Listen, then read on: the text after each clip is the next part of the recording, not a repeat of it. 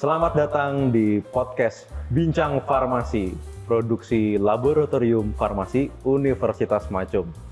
Bersama dengan saya, Mateus, dan ditemani 3 spesies tanaman yang saya tidak tahu. Enggak. Hari ini kita ditemani oleh dosen baru Prodi Farmasi, yaitu Pak Danang. Halo semuanya, apa kabar? Sehat kan? Oke, Pak Danang berarti baru bergabung ya dengan Prodi Farmasi Macung ini ya? Ya, betul sekali Pak Matius. Dari bulan Februari ya? Ya, baru tanggal 1 kemarin baru bergabung. Oh ya, belum 1 bulan. Belum 1 bulan. Ya, sudah ada rasa-rasa betah yang muncul belum nih? Ya, alhamdulillah sampai saat ini cukup nyaman bergabung di Prodi Farmasi Universitas Macung. Enak juga suasananya enak, teman-teman sejawatnya juga enak semua. Ya mungkin nanti kalau sudah mulai aktif perkuliahan lebih kerasa enaknya lagi. Sebelum ini bekerja di bidang farmasi juga berarti ya? Ya kebetulan dulu sempat sebagai apoteker penanggung jawab apotek dan juga sebagai dosen di salah satu sekolah tinggi kesehatan di Kabupaten Tulungagung. Oke, baik. Kalau boleh tahu, kapan sih mulai berkecimpung di farmasi? Mulai studi farmasi itu kapan? Oke, saya mulai masuk ke farmasi itu tahun 2005.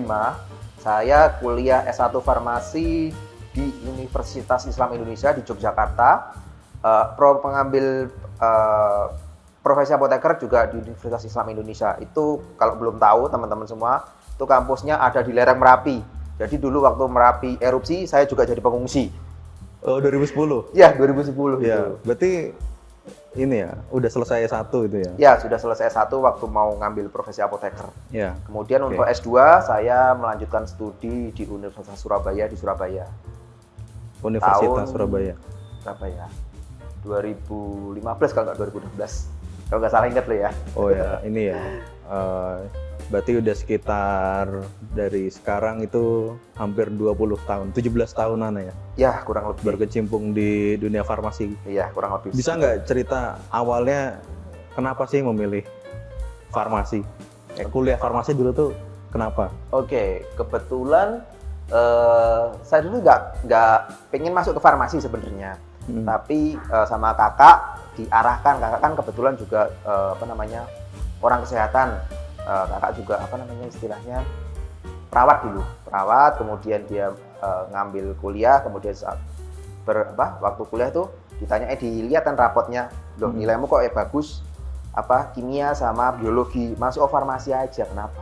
Loh farmasi itu apa mbak? Kan nggak ngerti kan dulu farmasi itu apa. Ya udah nanya, kemudian juga waktu SMA juga nanya ke guru BK, farmasi itu apa, gini. Wah, kok kayaknya seru nih.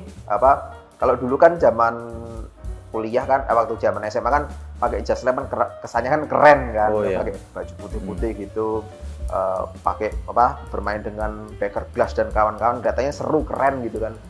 Begitu itu ikut UMPTN zaman dulu namanya, istilahnya UMPTN, ngambil di mana? Surabaya nggak tembus, di UGM nggak tembus, di Universitas Jember juga nggak tembus. Ya akhirnya masuk ke universitas luar negeri. UI ya? Luar negeri. Karena bukan negeri. Masa di universitas luar negeri gitu. Iya. Gitu. Internasional berarti ya, itu ya. Internasional. Ya itu UI itu Jalan Kaliurang KM 11 ya? 14 setengah ya. 14 setengah? Iya. Iya. Kebetulan saya dulu juga di Jogja 2010 sampai 2018. Oh iya. Cuman memang nggak tinggal di, berarti ngekosnya juga di sekitar situ? Iya, dulu ngekosnya di daerah sekitar situ. Oke. Nah, dulu ngungsi di mana itu waktu erupsi? Erupsi dulu ngungsi di Stadion Maguwoharjo. Ya bersama dengan yang lainnya juga. Tapi ada juga kadang sesekali di Maguwoharjo nggak ngungsi benerannya di rumah teman sih di daerah mana Oh. di daerah kotanya. Tapi kalau ke Maguwarjo sering ke Maguwarjo juga ya jadi volunteer lah istilahnya. Oh, Jadi Cari relawan ini, juga. cari ada kaos nggak sisa-sisa nggak kepake Nah, gitu oh, enggak. Jadi ya relawan membantu Relawan. volunteer membantu di bidang farmasinya juga. Jadi ya bantu jadi volunteer di situ karena juga diajakin sama senior dulu. Ayo ikut bantu di Maguwarjo. Gitu. Berarti bukan asli Jogja. Bukan, saya lahir dan besar di Tulungagung. Oh, oke Iya, oke. lahir besar di Tulungagung, S1 ke Jogja, S2 ke Surabaya, sekarang ngajar di Malang. Oke, akhirnya kembali ke Jawa Timur ya. Iya. Oke oke. Pernah nggak selama menjalani studi farmasi gitu merasa kayaknya aku salah jurusan gitu? Pernah banget, Pernah. banget. Apalagi waktu itu, Kapan itu kapan? kalau nggak salah inget itu waktu masuk ke semester 5. Oke. Oke, jadi waktu masuk ke semester 5, semester 1, semester 2, semester 3 masih bisa lah dinikmati, masih bisa dijalani. Tapi begitu masuk semester 5, ketemu sama mata kuliah namanya farmakoterapi. Nah, wes, udah mulai pusing itu. Apa itu? Mana materi ya, bukan materi ya. Buku ajar yang digunakan itu berbahasa Inggris semua. Oh iya. Ya, kalau teman-teman pernah tahu yang namanya buku Dipiro, itu wah sangat luar biasa sekali itu bukunya. Tapi lama-kelamaan begitu kita belajar, baca sedikit banyak buku Dipiro itu, kok ilmu farmakoterapi itu bisa dimanfaatkan lebih luas gitu di masyarakat seperti itu. Jadi ilmu farmakoterapi itu lebih lebih aplikatif mungkin kalau bagi saya loh ya. Artinya lama kelamaan kok makin yang jadinya pertamanya nggak seneng kok makin lama-lama makin seneng, seperti kata pepatah Jawa, witing tresno jalaran teko kulino. Karena terbiasa. Karena terbiasa lama-lama membaca, dan juga kok kayaknya asik nih, ilmunya lebih aplikatif, lebih bisa digunakan di masyarakat. Kalau misalkan ada saudara yang nanya, "Ini obatnya apa sih? Kalau sakit ini obatnya apa? Ini bagaimana cara pakainya?" Ya itu lama-lama makin suka, makin ke jerumus lah, makin ke jerumus lah di bidang kebelasuk, bidang klinis komunitas ke farmakoterapi, sampai akhirnya ngambil S2 pun juga ke konsentrasinya ke klinis komunitas.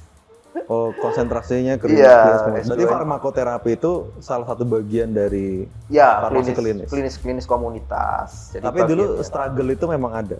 Iya, apalagi waktu itu dengan kemampuan bahasa Inggris yang ya pas-pasan lah istilahnya, dan juga waktu itu guru-guru saya itu ngajarnya juga dengan menggunakan slide-nya itu dengan menggunakan bahasa Inggris. Jadi mau nggak mau, aduh kok berat sekali. Oh, jadi kendala pertama bahasa. Ya, satu kendala pertama bahasa. Tapi lama-lama dengan kalau dulu kan belum ada Google Translate ya, zaman tahun 2005 itu belum ada Google Translate. Saya kebetulan diberikan oleh orang tua tuh Alphalink kalau nggak salah.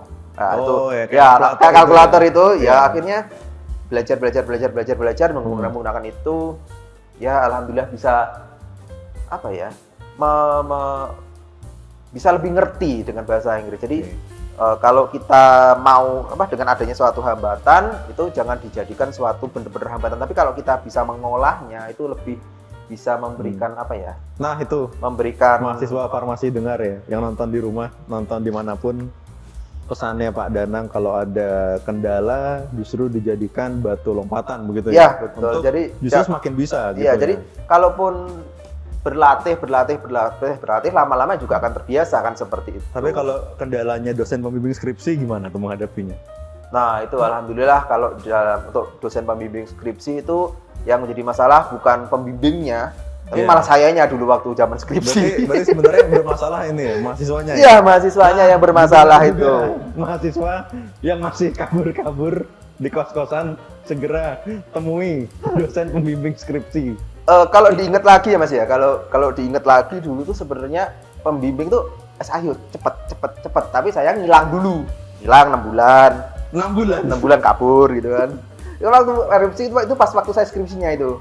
Kabur, ada erupsi ya kabur gitu kan. bantu jadi volunteer itu balik lagi, Iya. kabur lagi gitu-gitu.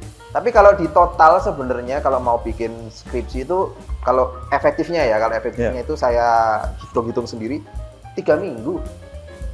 Sebenarnya 3 minggu. 3 minggu yang penting asal mau rajin. Dulu pernah juga yang benar-benar keinget itu waktu bimbingan sama pembimbing saya.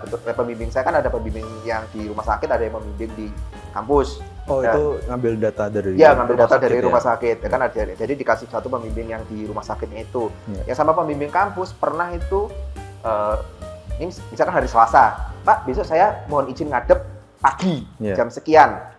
Oke, pada jam 8 lah ngadep beliau di kampus, ngadep, menyerahkan naskah, langsung dikoreksi sama beliau, dah dikasihkan. Habis itu saya bilang lagi, Pak, sore jam 4 boleh ngadep. Ya wis, ngadep. Temen saya jam 4. Jadi dari jam 8 ke jam 9 kan direvisi kan sama pembimbingnya. Kemudian diserahkan, habis diserahkan, pulang ke kosan, ngerjain, sore ngadep lagi. Pernah itu sampai 2 kali seperti itu.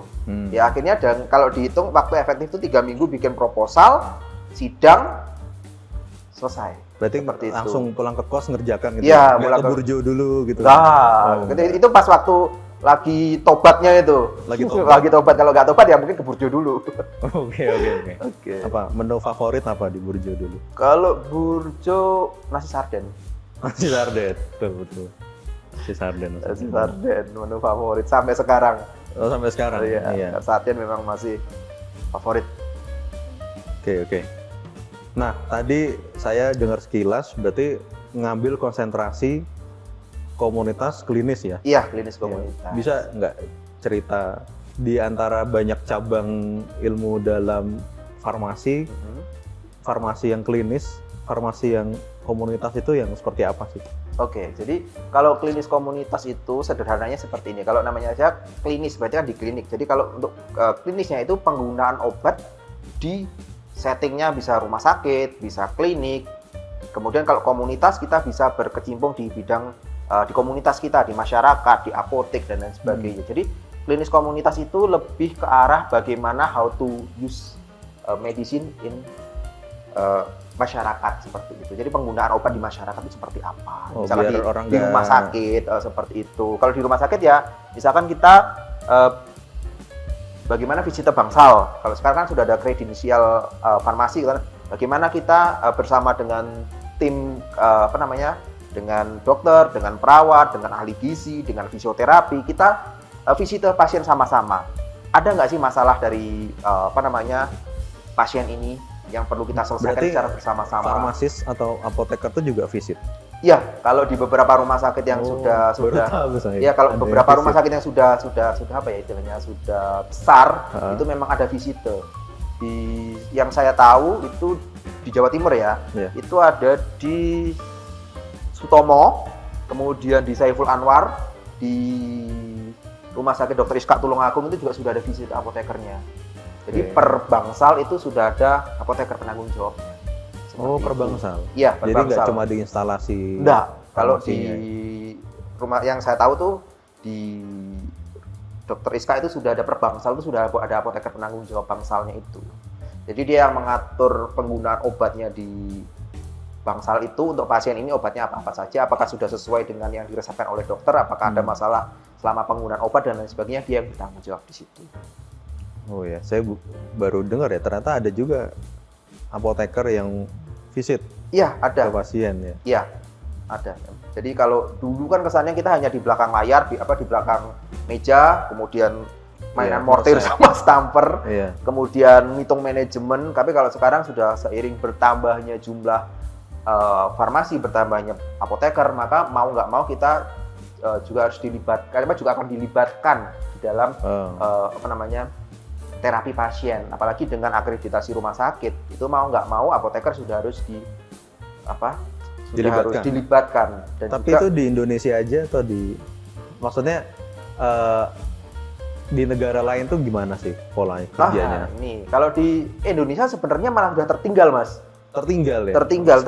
Biasa, ya? Ya seperti biasa Indonesia mungkin sudah tertinggal. Kalau zaman Zaman VOC. Ya mungkin tertinggal 10-20 tahun yang akan yang lalu. Kalau misalkan di luar negeri itu sudah umum istilahnya. Apoteker itu ketemu sama pasien, kemudian nanya-nanya pasien, itu sudah umum. Tapi kalau di Indonesia mungkin untuk di beberapa itu hanya masih ada di beberapa rumah sakit yang besar-besar aja. Misalkan di rumah sakit kabupaten, rumah sakit provinsi, atau rumah sakit yang kalau di Jogja itu sudah ada. Mungkin kalau pernah tahu rumah sakit Bethesda, itu juga ada visite bangsalnya seperti itu. Oke. Nah, itu kan yang di bidang keilmuan. Iya. Tadi kayaknya saya cek YouTube, ada channel YouTube nih, Pak Danang. Itu apa, hobi atau gimana? Ya menyalurkan bukan hobi ya, karena memang hasrat gitu. Ya pengen mencoba sesuatu, mencoba sesuatu yang baru lah istilahnya, dan juga menyampaikan ilmu yang kita yang kita punya, kita share. Mungkin kalau ada manfaatnya ya mungkin bisa diambil oleh masyarakat seperti itu. Sekarang kan kita belajar nggak cuma dari buku, sekarang kita belajar pun bisa dari mana-mana, dari YouTube pun kita bisa belajar. Ya kan, dari media sosial terutama, nggak cuma YouTube aja, dari Instagram kita bisa belajar, dari YouTube bisa belajar. Jadi kalau kita bisa memberikan sesuatu yang bermanfaat kepada orang, kan juga mesti ada timbal baliknya ya, ada suatu keberkahan lah istilahnya. Seperti itu. Channelnya Kuliah Pak Danang ya? Ya, nama channelnya kalau mau main-main teman-teman bisa, mungkin ada beberapa materi juga yang ada di channel saya, bisa dilihat, namanya Kuliah Pak Danang, DHANANG. Jadi Danangnya pakai H. Tuh berarti. Ya, Kuliah Pak Danang. Ya, bisa di follow, tapi follow Lab Farmasi dulu. Ya, tuh, follow Lab Farmasi dulu Kak, ya, jangan lupa. Jangan lupa. Follow Kuliah Pak Danang. Ya, subscribe juga jangan lupa kalau nanti di materi-materi kuliah bisa di situ nanti. Ada nanti ada beberapa yang di-upload di situ juga. Itu mulainya tahun berapa sih? Ya itu tadi kabur-kaburan tadi. Jadi tahun 2019, 2010 ya. Kalau misalkan ada waktu senggang ya mungkin saya akan isi beberapa materi, tapi kalau enggak ya harap maklum. Oke, iya. Ya seperti itu. Iya. Tapi ada respon nggak dari penonton? Ada banyak sekali respon yang diberikan. Mungkin salah satu video saya yang banyak views-nya itu adalah tentang seperti ini. Judulnya kalau nggak salah ingat ya, apakah minum obat bisa bikin gagal ginjal? Nah itu ternyata banyak responnya. Itu pas musimnya itu ya? Itu jauh sebelumnya Pak. Oh tapi kan biasanya kalau orang-orang kan minum obat, aku nggak mau minum obat. Yeah. Nanti takut ginjalku bermasalah. Yeah. Nah itu malah kadang menjadi kontraproduktif untuk penyakit-penyakit tertentu. Jadi misalkan nggak semuanya. Misalkan ya, kalau orang-orang dengan penyakit seperti diabetes dan juga seperti penyakit hipertensi, itu mau nggak mau, suka nggak suka harus mengkonsumsi obat supaya dia bisa mengontrol mengontrol tekanan darahnya atau mengontrol kadar gulanya. Karena kalau misalkan tekanan darah tidak dikontrol, kadar gula tidak dikontrol, lama-lama juga bermasalah adalah ginjalnya. Itu. Tetapi obat-obat yang sering digunakan oleh orang-orang yang bisa bikin masalah pada ginjal itu adalah obat-obat penghilang rasa sakit. Itu yang paling sering.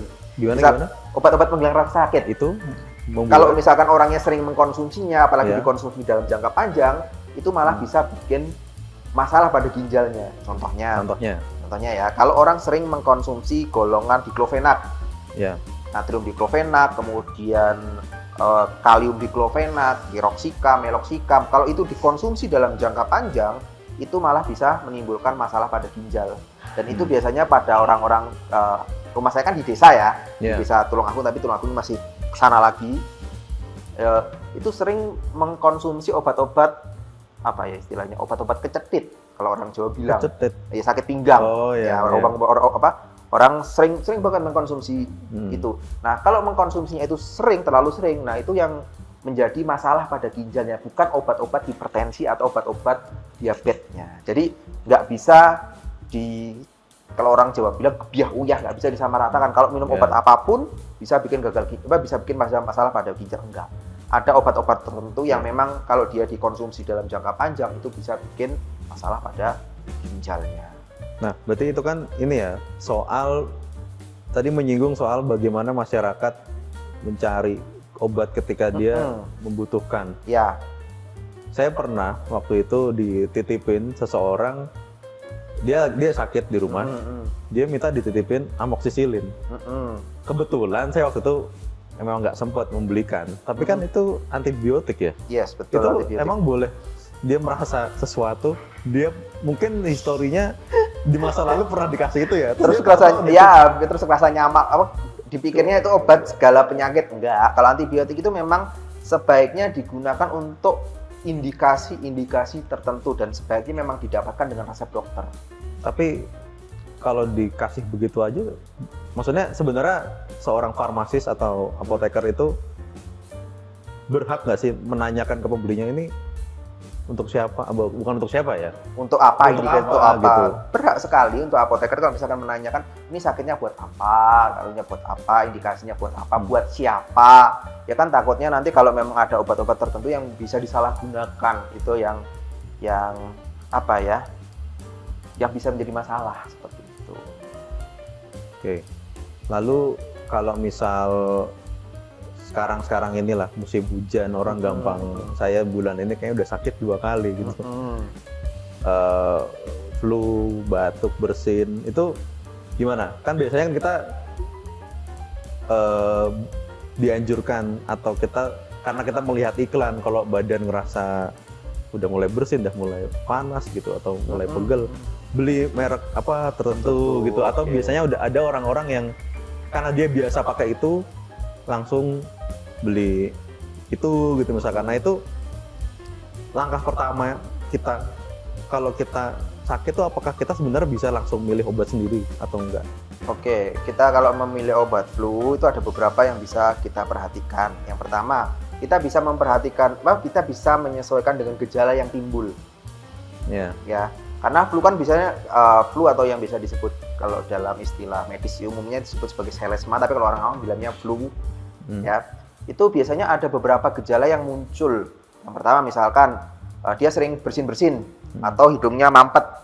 Nah, kalau misalkan gejala yang muncul seperti itu, maka sebaiknya kita bisa memilih obat-obat yang mengandung dekongestan supaya hidungnya tidak mampet.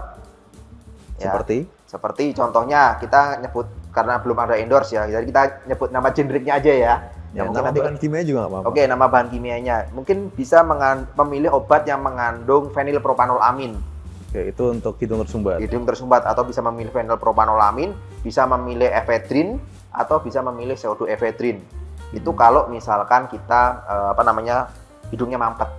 Nah, kemudian bisa juga kalau yang komponen di dalam suatu obatnya, di dalam obatnya. Nanti bisa dilihat biasanya kalau di dalam botol atau di dalam di dalam blisternya itu biasanya ada mengandung bla bla bla bla bla. Nah, kalau di dalamnya itu mengandung fenilpropanolamin atau mengandung efedrin atau mengandung pseudoefedrin, itu bisa untuk hidung yang tersumbat. Nah, selain hidung tersumbat itu juga biasanya disebabkan oleh adanya reaksi alergi. Nah, kalau adanya reaksi alergi itu bisa kita mengkonsumsi obat yang mengandung antihistamin. Contohnya chlorpheniramine maleat atau yang umum dikenal sebagai CTM. Itu bisa. Nah, itu biasanya kombinasi patennya seperti itu. Bukan kombinasi paten ya. Ada paracetamol, fenilpropanolamin sama chlorpheniramine maleat dalam satu obat biasanya. Ya, biasanya seperti itu.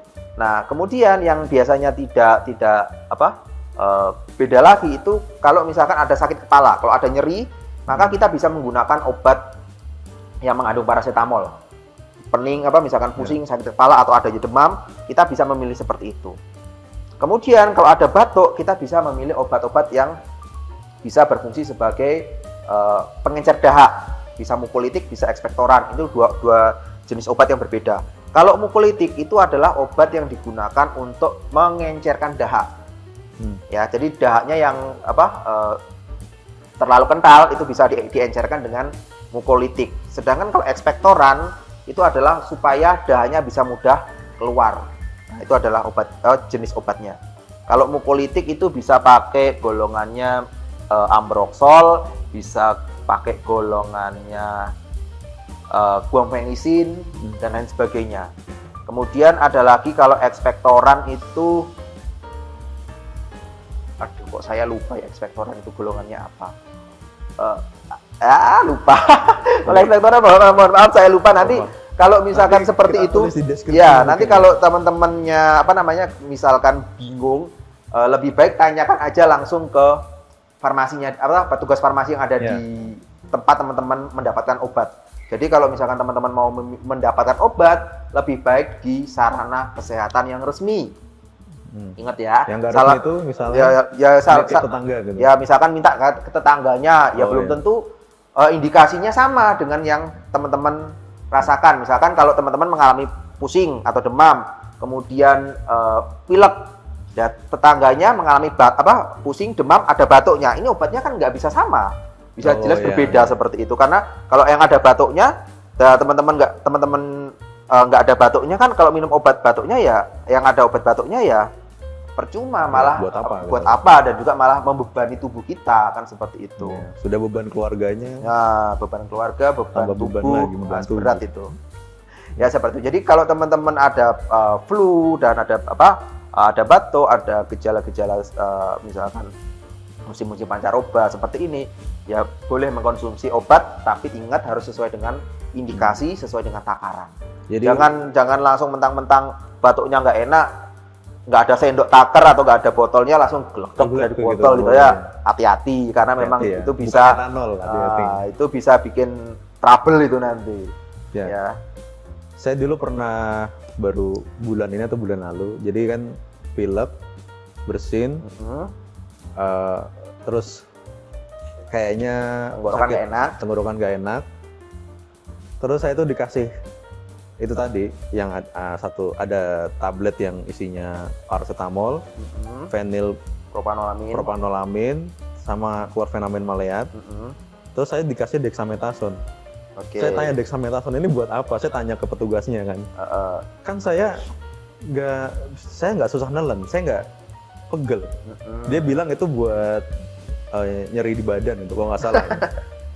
Itu juga bisa buat nyeri di tenggorokannya. Akhirnya dia bilang, tapi dia bilang habis itu ini diminumnya kalau ada nyeri aja ya Pak. Oh iya gitu. Sebenarnya itu perlu nggak dexamethasone itu? Nggak perlu. Dari paracetamolnya udah cukup ya? Kalau dari paracetamolnya sudah cukup, berarti kalau misalkan teman-teman mengalami gejala yang seperti disebutkan tadi, mungkin satu bisa minum obat yang umum aja. Kalau dexamethasone itu kan kalau teman-teman lihat di logonya itu kan ada logo warnanya merah kan, terus ada tulisannya K. Nah itu kan termasuk obat keras.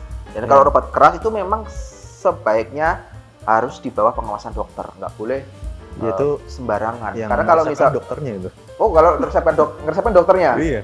Oke, kalau memang diresepkan dokter, mungkin dokter punya pertimbangan lain karena memang kalau dilihat setelah dicek ada peradangan, itu peradangannya sudah lumayan berat, itu baru bisa dikasihkan dexamethasone-nya. Tapi kalau misalkan enggak, jangan coba-coba lah menggunakan obat tanpa resep dokter. Soalnya memang resikonya juga lumayan, jadi harus digunakan dengan terukur, tertakar, dan juga harus dengan resep dokter seperti itu.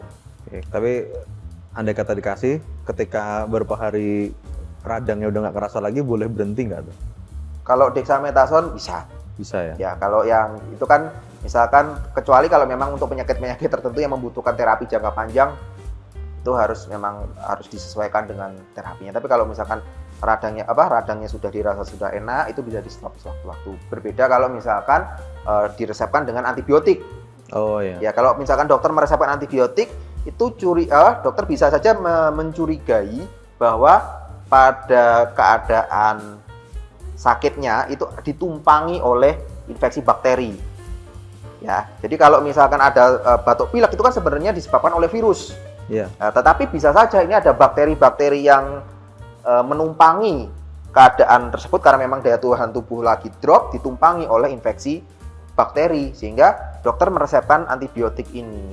Seperti itu bisa juga. Tapi kalau menggunakan antibiotik, kalau misalkan diresepkan oleh antibiotik, mau nggak mau, suka nggak suka, harus dihabiskan. Nggak boleh Udah minum 1 hari kerasa enak, stop, nggak boleh. Oh, ya. Sebaiknya seperti itu. Bagaimana seorang dokter atau petugas medis itu tahu infeksi itu karena virus atau karena bakteri? Nah itu ilmunya dokter. Kalau Oh, saya kan saya kan orang apoteker ya, jadi Iya. mungkin mereka punya pertimbangan tersendiri bagaimana caranya supaya ini ternyata ada ketumpangan, istilahnya ketumpangan infeksi bakteri. Ini ketumpangan nggak ada bakterinya seperti Jadi apa? infeksinya ganda gitu ya? Infeksinya ganda. Tetapi kalau mau lebih yakin lagi, gampang. Caranya diambil, masukin ke dalam petri dish, gitu kan? Ya, Di- warga desa saya nggak gampang gitu. Itu Masa susah. Suruh ngambil. Ya, itu kan jadi kalau dokter Iya. kan seperti itu. Jadi mereka Iya. mungkin punya pertimbangan, kalau gejala yang seperti ini, kalau gejala yang seperti ini, kemungkinan mengarahnya ada infeksi seperti ini. Oke, antibiotik masuk. Kalau nggak ada, oke, antibiotik nggak masuk. Tapi kalau untuk pengobatan sendiri, kalau misalkan teman-teman nanti mengalami flu sendiri, ya sebaiknya nggak usah pakai obat sinkronorno. Nggak usah pakai obat yang aneh-aneh. Minum obat seperti biasa, seperti obat flu yang dijual di pasaran. Bisa pakai yang logo merah, bisa pakai yang logo biru atau yang pakai logo hijau. Kemudian selain itu juga istirahat yang cukup, ya, jangan banyak pikiran, hati dibuat seneng, dah bisa sembuh dengan sendirinya. Karena memang Jangan banyak pikiran itu kayak yang susah. nah itu yang susah seperti Iya. itu. Jadi kalau misalkan mau pengobatan sendiri nggak ke dokter, ya itu tadi bisa menggunakan obat cara yang dijual dengan logo hijau atau logo biru. Kemudian juga istirahat yang cukup, makan yang cukup, nggak usah banyak pikiran. Kalau mau minum vitamin juga boleh di booster dengan vitamin.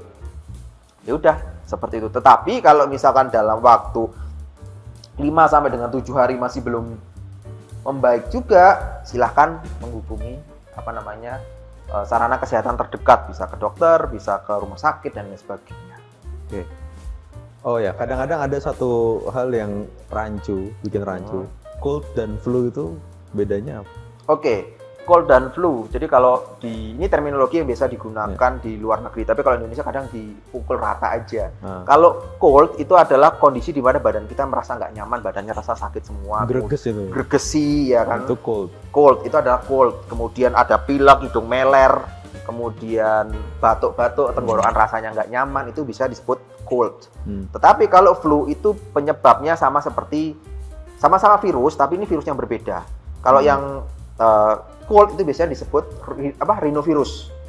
Rhinovirus. Sedangkan kalau flu itu seperti, kalau mungkin teman-teman masih pernah ingat dulu ada yang namanya flu burung, flu babi dan kawan-kawan.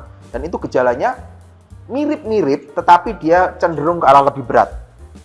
Kalau itu ke arah cold, ke arah flu. Influenza. Influenza.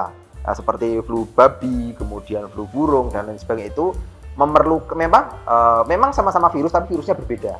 Dan sedangkan kalau yang common cold itu dia bisa sembuh dengan sendirinya. Sedangkan kalau menggunakan yang flu itu tadi dia mau nggak mau harus menggunakan antivirus. Oh, perlu antivirus. Ya, kalau yang flu itu Yang tadi, flu. yang seperti contohnya oseltamivir dan kawan-kawan itu bisa digunakan. Kenapa kok bisa beda penanganan gitu? Karena gejalanya satu lebih berat kalau yang flu. Ya kan, flu tuh berat banget gejalanya. Berarti kalau kita cuma greges-greges bersin pilek itu baru cold. Itu baru cold. Belum flu. Belum. Tapi kalau sudah gejalanya sudah sangat parah, itu baru disebut sebagai flu. Tapi seberapa sering flu itu? Apakah sebenarnya karena kan mungkin dalam pikiran kita orang Indonesia ya, ya pokoknya greges atau demam atau ya orang bilangnya flu jadi satu gitu. Ya, Tapi sebenarnya seberapa bisa dibedakan nggak sih? Bisa, sangat bisa dibedakan sekali. Nah itu yang bisa membedakan itu satu dari pemeriksaan. Dari pemeriksaan, kalau zaman dulu mungkin kalau flu itu juga di swab ya kalau nggak salah loh ya, kalau nggak salah ingat. Kalau seperti zamannya flu burung, flu babi itu bisa di swab, dan juga demamnya juga beda sekali. Ya kalau yang flu itu demamnya bisa sampai 40 derajat, panas banget. Dan itu kalau udah 40 derajat itu udah nggak bisa ngapa-ngapain itu. Ya, ya kalau flu ya so-so lah, nggak terlalu tinggi juga seperti itu. Oke. Menarik sekali ya. Berarti sebenarnya kita nggak bisa menentukan secara sembarangan. Emang harus tahu gejalanya tuh apa masing-masing gejala tuh punya. Berarti sebenarnya obat untuk batuk, pilek segala macam tadi nggak menyembuhkan sumber Penyebabnya, penyakitnya, ya kan? itu tadi hanya untuk simptomatiknya. Gejalanya Hanya meredakan gejalanya. Nah kalau penyebabnya itu tadi bisa dengan yang lainnya seperti itu. Kalau mau tahu lebih lanjut, masuk ke farmasi. Nanti bisa belajar seperti itu. Oke. Nanti kita kasih link pendaftaran mahasiswa baru Prodi Farmasi Universitas Macung. Nah itu. Jadi ya kurang lebih kalau misalkan untuk penyakit-penyakit yang ringan seperti common cold, kemudian ya kayak kalau orang Indonesia bilangnya flu tadi ya. Flu. Kemudian untuk penyakit-penyakit pusing dan lain sebagainya, itu farmasi sebenarnya juga punya ilmunya. Betul. Nah, seberapa dibutuhkan tenaga kefarmasian di Indonesia lah? Sangat dibutuhkan. Sangat dibutuhkan. Sangat dibutuhkan sekali. Apalagi kalau sudah rumah sakit, kalau ada rumah sakit sudah banyak itu kalau nggak salah ingat nanti kalau salah mohon ditulis di kolom komentar, nanti bisa ditulis satu apoteker itu menangani 40 bed pasien. Jadi Satu rasionya apoteker. untuk di rumah sakit. Itu regulasinya begitu. Kalau nggak salah ingat regulasinya seperti itu. Setiap 40 bed satu apoteker. 40 bed itu satu apoteker. Jadi bayangkan kalau misalkan dalam suatu rumah sakit ada 200 bed, Ya. itu paling nggak membutuhkan 5 orang apoteker. Apoteker. Iya kan 200 bed kan 5 apoteker ya. Itu belum Untuk yang tenaga yang kayak lulusan SMK, ya D3 tenaga gitu ya. Ya asisten Asisten tenaga asistennya kesehatan, ya. asisten tenaga Farmasi farmasian, kemudian asisten farmasi, asisten apoteker dan lain sebagainya atau TTK seperti itu. Apotekernya saja Apotekernya 5. Belum 5 itu lain. itu hanya untuk rawat inap aja, Mas. Rawat Nanti inap ya. ya, kan satu bed untuk 200. Oh, iya, 200. iya. Belum lagi nanti untuk rawat jalan. Rawat jalan. Nah, itu butuh berapa itu? Nah, untuk rawat jalan itu saya lupa regulasinya berapa kalau untuk rawat jalan. Kemudian juga untuk manajemen. Jelas. Itu sendiri. Itu manajemen sendiri, pengadaan dan lain sendiri di rumah sakit. Makanya itu untuk sekarang regulasi di rumah sakit untuk untuk rumah sakit tipe D itu paling nggak minimal harus ada 3 orang apoteker. Minimal. Jadi yang satu itu dia ada di bagian manajerial, Yes. ya, yang satu di bagian rawat inap, satu di rawat jalan. Berarti itu semua apoteker. Ya, itu minimal. Berarti kuliah farmasi aja nggak cukup, harus profesi apoteker ya. Iya, seperti itu. Betul. Semoga kita bisalah sampai situ.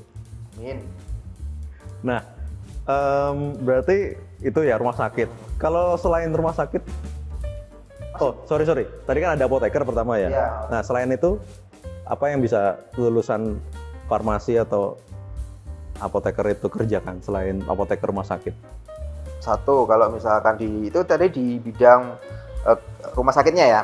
Kemudian bisa juga kita masuk ke apotek, klinik itu juga sama, butuh apoteker. Apotek, apalagi kalau klinik rawat inap ya, ada klinik rawat inap itu kan belum grade-nya kan belum seperti rumah sakit, tapi itu tetap juga memerlukan memerlukan apoteker. Kemudian itu yang di klinis komunitas. Kemudian bisa juga untuk profil lulusan apoteker kita entrepreneur. Kita mengusahakan sendiri untuk buat bakul obat gitu. Bukan bakul obat. Farmasi nggak ruang lingkupnya nggak cuma situ dok mas. Oh iya. Nggak cuma di obat aja. Kita bisa ke kosmetik. Oh iya. Apalagi sekarang cewek-cewek ini kan industri kosmetik berarti ya. Sangat terbuka sekali industri kosmetik itu. Oke. Ya industri kosmetik. Ya kan, misalkan kita bikin sediaan yang gampang-gampang aja deh. Misalkan sabun. Oh iya. Itu kan gampang aja kan. Dan yakin banyak dari industri sabun, misalkan sabun-sabun kecantikan apalah itu. Termasuk sabun mandi ya? Yes, sabun mandi. Kalau itu sabun cuci piring enggak? Sabun cuci piring enggak butuh apoteker. Tapi kalau bisa misalkan dia masuk ke pabrik mungkin bisa ilmunya dipakai kan formulasi. Oh. Iya kan, formulasi itu kalau teman-teman yang di bidang formulasi mungkin bisa membuat bagaimana sabun yang menarik, kemudian nggak kering di tangan. Kan ada seperti itu. Mungkin bisa aja itu diformulasikan R&D-nya oleh apoteker. Berarti itu termasuk farmasi. Termasuk sampo gitu. Yes, sampo. Lulur. Ya, itu juga sebenarnya bidangnya farmasi. Ketombe. Iya. Iya kan? Sampo anti ketombe. Ketombe penyebabnya apa? Jamur. Oh, jamur. Iya kan jamur itu, jadi Berarti kita Bisa, kasih Mak. belerang itu bisa. bisa tapi kan ya panas. Oh iya. Ya, ya itu kan bisa masuk ke ranahnya farmasi juga seperti itu. Nah, itu dipelajari di mata kuliah apa tuh? Kalau di farmasi Macung saya belum hafal, mungkin nanti masuk aja daftar dulu ke Nah, kita. daftar dulu, Nanti bisa tahu jalan formulasinya dulu, nanti apa. tahu. Nah, ya kalau Cara saya bikin tahunya baru kalau saya kan sabun, krim. megangnya di klinis komunitas dan juga Ya. masih baru, masih belum ada 1 Ya. bulan. Jadi mungkin belum terlalu hafal seperti apa. Tapi kalau yang di universitas-universitas lain itu namanya mata kuliah formulasi. Oke. Ya, jadi ada formulasi tablet, formulasi apa. Jadi nggak cuma obat ya, Nggak cuma obat, juga ada kosmetik tentang apa? Ada kosmetik, kosmetikal, kemudian ada nutraceutical juga sekarang yang lagi booming. Ya, jadi ada nutrisi, bagaimana caranya kita memanfaatkan sumber daya yang ada, misalkan dari tanaman apa digunakan sebagai menunjang kesehatan. Itu namanya nutraceutical. Berarti ilmu nutrisi ya. Ya, ilmu nutrisi, tapi beda dengan gizi ya. Beda Jadi, dengan gizi, Beda dengan ya. gizi seperti itu. Oke. Jadi di bidang rumah sakit, obat, apoteker, juga bisa di bidang kosmetik. Nanti tenang aja, kita akan ada episode khusus tentang sediaan kosmetik, sabun, segala macam. Tunggu aja. Dan macam-macam. Mungkin kita juga bisa bahas tentang herbal. Oh ya, itu herbal sekarang juga lagi Herbal berkembang juga kan. ya. Iya. Herbal juga lagi berkembang, apalagi kalau zaman dulu kan kita taunya cuma apa godokan. Ya. Ya, godokan mungkin kalau zaman saya kecil dulu pakai apa namanya kuali tanah gitu. Iya. Terus juga kalau zaman dulu mungkin kalau masih ingat jamu cekokan. Itu Kalau misalnya anak-anak yang nggak pernah yang susah makan dicekoi sama iya. mbak-mbak kita ya peres Dia gitu peras langsung ya. di mulut gitu. Kemudian ada apa namanya pilis, ada tapel dan kawan-kawannya. Itu kan juga sebenarnya bisa meningkatkan apa ya istilahnya, bisa mengangkat khasanah budaya kita kan, dari Oh, iya. budaya Indonesia kan juga sangat etnofarmasi. ya sangat kental dengan budaya apa pengobatan. Mungkin kalau di apa namanya di India, kalau pernah dengar itu namanya Ayurveda. Iya. Itu kan mengangkat herbal India. Kemudian ada apa namanya, kalau di tradisional Chinese medicine itu kan juga ada seperti itu juga bisa diangkat dengan herbal yang ada seperti itu. Berarti jangan takut ngambil kuliah farmasi, Anda nggak cuma jadi bakul obat nanti, tapi juga bisa memformulasikan, meneliti jamu macam-macam. Tapi akan terlalu panjang dibahas di sini, jadi mungkin kita akan tutup episode ini bersama Pak Danang. Terima kasih Ya, sudah sama-sama. sharing ilmunya. Jangan lupa tulis di kolom komentar kalau ada pengalaman kalian tentang sakit, flu atau demam, minum obatnya salah atau obat kadaluarsa, bebas. Jangan lupa subscribe channel kita dan like. Kita juga ada di TikTok dan ada di Instagram @farmasimacung. Oke, sampai jumpa di episode berikutnya.